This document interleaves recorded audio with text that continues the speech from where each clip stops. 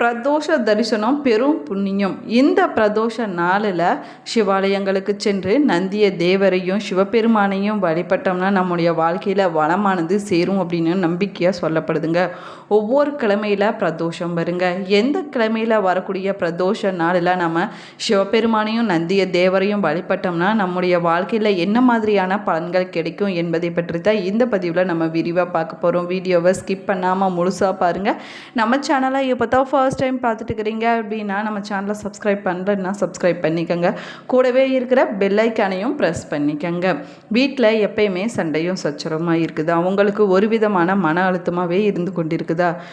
தீராத கடன் பிரச்சனையில் கஷ்டப்பட்டு கொண்டு இருக்கிறீங்களா? திருமண வர நிச்சயம் கைகூடுற மாதிரி தள்ளி கொண்டே போய் கொண்டிருக்குதா? இது போன்ற பிரச்சனைகளுக்கு இந்த வீடியோவுக்கு கீழே டிஸ்கிரிப்ஷனில் வராகி அம்மன் ஜோதிட நிலையத்தோட தொலைபேசி எண் கொடுத்துருக்குறேன்.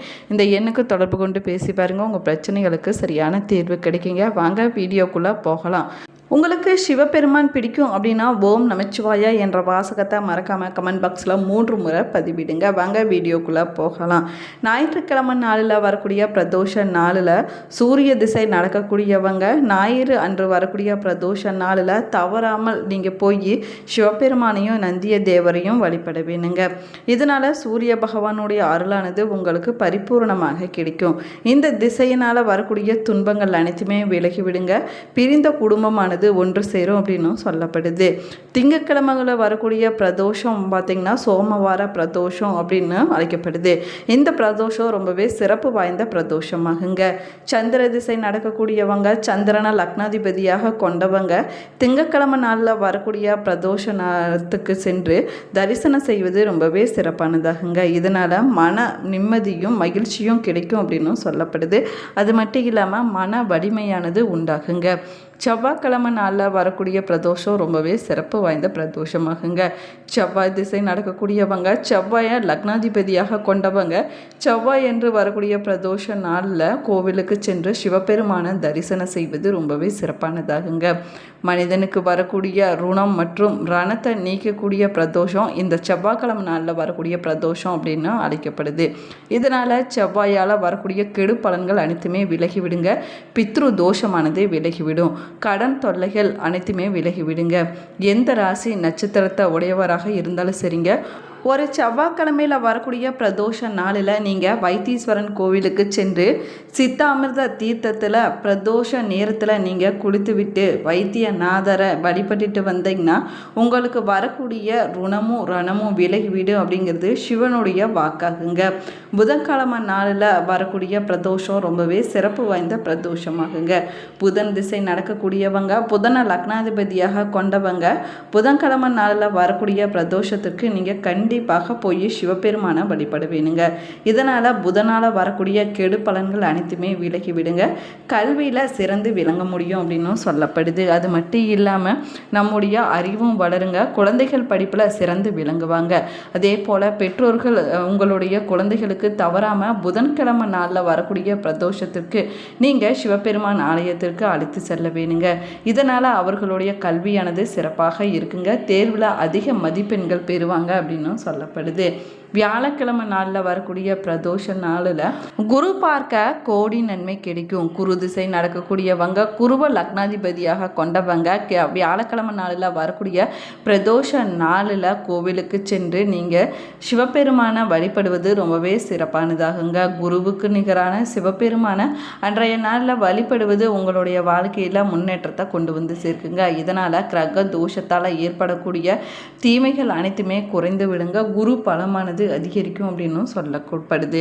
சுக்கிர திசை நடக்கக்கூடியவங்க சுக்கிரனை லக்னாதிபதியாக கொண்டவங்க வெள்ளிக்கிழமை நாளில் வரக்கூடிய பிரதோஷ நாளில் சிவன் கோவிலுக்கு சென்று சிவபெருமான தரிசனம் செஞ்சுட்டு வந்தீங்கன்னா உங்களுடைய உறவுகளுக்குள்ள நல்ல பலமானது ஏற்படுங்க. சகல ஐஸ்வர்யங்களும் கிடைக்கும். மேலுமே சனி பிரதோஷத்தை சனி மகா பிரதோஷம் அப்படின்னு அழைப்பாங்க.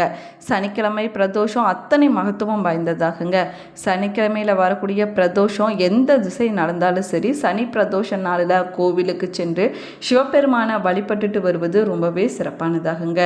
ஏழரை சனி அஸ்தம சனி நடக்கக்கூடியவங்க சனியினால் வரக்கூடிய துன்பத்தை போக்க கண்டிப்பாக சனி பிரதோஷத்திற்கு சென்று சிவ தரிசனம் செய்வது ரொம்ப ரொம்ப முக்கியமானதாகுங்க.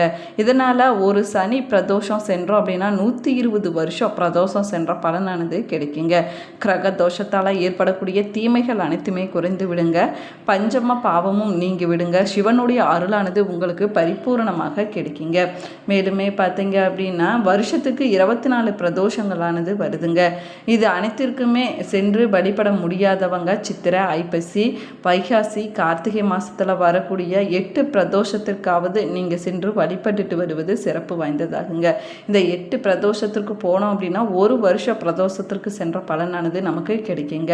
தேய்பிரையில் வரக்கூடிய சனி பிரதோஷம் ரொம்பவே சிறப்பு வாய்ந்ததாகுங்க.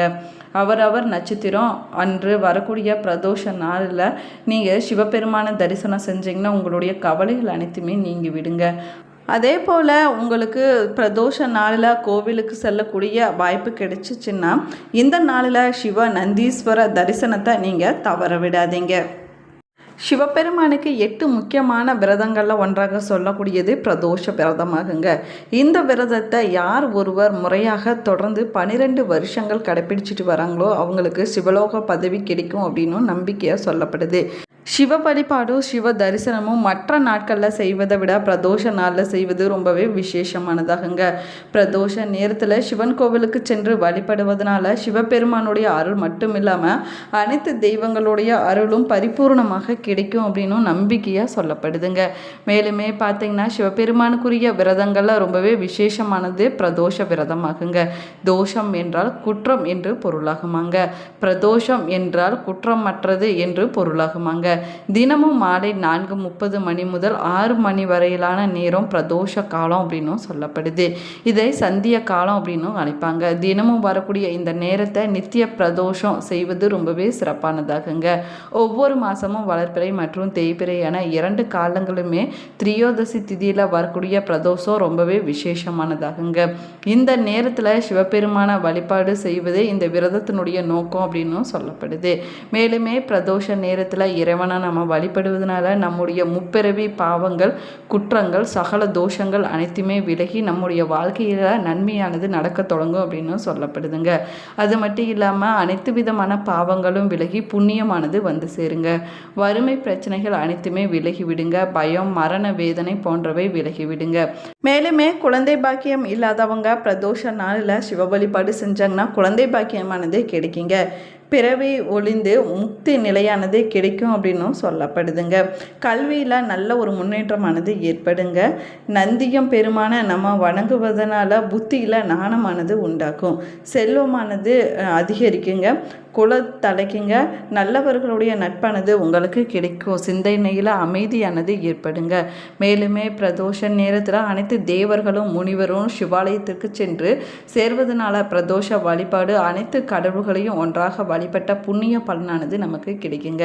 பிரதோஷம் விரதம் தொடங்க விரும்பக்கூடியவங்க சித்திரை, வைகாசி, ஐப்பசி, கார்த்திகை மாதங்களில் வரக்கூடிய சனிக்கிழமை பிரதோஷ நாளாக பார்த்து நீங்கள் விரதத்தை தொடங்குவது ரொம்பவே சிறப்பு வாய்ந்ததாகுங்க. பிரதோஷ நாளன்னைக்கு அதிகாலையில் எந்திரிச்சு நீங்கள் குளித்து விட்டு சிவன் கோவிலுக்கு சென்று சிவபெருமானை நீங்கள் தரிசனம் செய்ய வேணுங்க. அதற்கு பின்னாடி நந்திய தேவருக்கு அருகம்புல் மாலை சாத்தி சிவப்பு அரிசியை நெய்வேத்தியமாக படைத்து நீங்கள் வழிபட வேணும். நெய் விளக்கு ஏற்றி நீங்கள் வழிபடுவது ரொம்பவே நல்லதுங்க. முதல்ல சிவபெருமானையும் அதற்கு பிறகு நந்திய தேவரையும் நீங்கள் அன்றைய நாளில் வணங்குவது சிறப்பானதாகுங்க. அதற்கு பிறகு இடமாக சென்று சண்டிகேஸ்வரரை வணங்கிவிட்டு சென்ற வழியிலேயே நீங்கள் மீண்டும் திரும்பி வந்து சிவபெருமானையும் நந்திய தேவரையும் நீங்கள் தரிசனம் செய்ய வேணுங்க. அதற்கு பிறகு வழக்கம் போல் கோவிலை நீங்கள் வளமாக சுற்றி வரும்போது நந்திய தேவரிடம் வந்து நின்றபடி அவருடைய கொம்புகளுக்கு நடுவில் சிவலிங்கத்துக்கு தீபாராதனை காட்டுவதை நீங்கள் சென்று வழிபட வேணுங்க. இதே போல் 9 முறை பிரதட்சணம் நீங்கள் செய்ய வேணும். அதற்கு பின்னாடி ரிஷப வாகனத்தில் சிவன் பார்வதி வலம் வரும்போது உடன் சேர்ந்து பிரதட்சணம் நீங்களும் செய்ய வேணுங்க. அன்று முழுவதும் நீங்கள் சாப்பிடாமல் அதாவது விரதத்தை நீங்கள் கடைப்பிடிக்க வேணுங்க. விபூதியை நெற்றியில் அணிந்து கொண்டு சிவபெருமானுக்கு அபிஷேகம் செய்ய பயன்படுத்தப்பட்ட புனித தீர்த்தத்தை நீங்கள் குடிக்க வேணுங்க. அதற்கு பிறகு வீட்டுக்கு சென்று யாராவது ஒருவருக்காவது நீங்கள் அன்னதானம் கொடுப்பது உங்களுக்கு நன்மையை கொடுக்குங்க. பசுவினுடைய கறந்த பாலை கொடுத்து சிவ அபிஷேகம் செய்வதும் சங்குப்பூ வைத்து வழிபட்டோம்னா சிறந்த பலனானது நமக்கு கிடைக்குங்க. பால் அபிஷேகம் செஞ்சு நம்ம வழிபட்டோம்னா நோய் பிரச்சனைகள் அனைத்துமே தீர்ந்து நீண்ட ஆயுளானது கிடைக்குங்க. தயிர் அபிஷேகம் செய்து வழிபட்டோம் அப்படின்னா நம்ம வாழ்க்கையில் வளங்களானது கிடைக்கும் அப்படின்னு நம்பிக்கையாக சொல்லப்படுது. இந்த பதிவு உங்களுக்கு பயனுள்ள தகவல்களை கொடுத்துருக்குன்னு நினைக்கிறேன். இந்த பதிவு உங்களுக்கு பிடிச்சிருந்தால் லைக் பண்ணுங்கள், ஷேர் பண்ணுங்கள், கமெண்ட் பண்ணுங்கள்.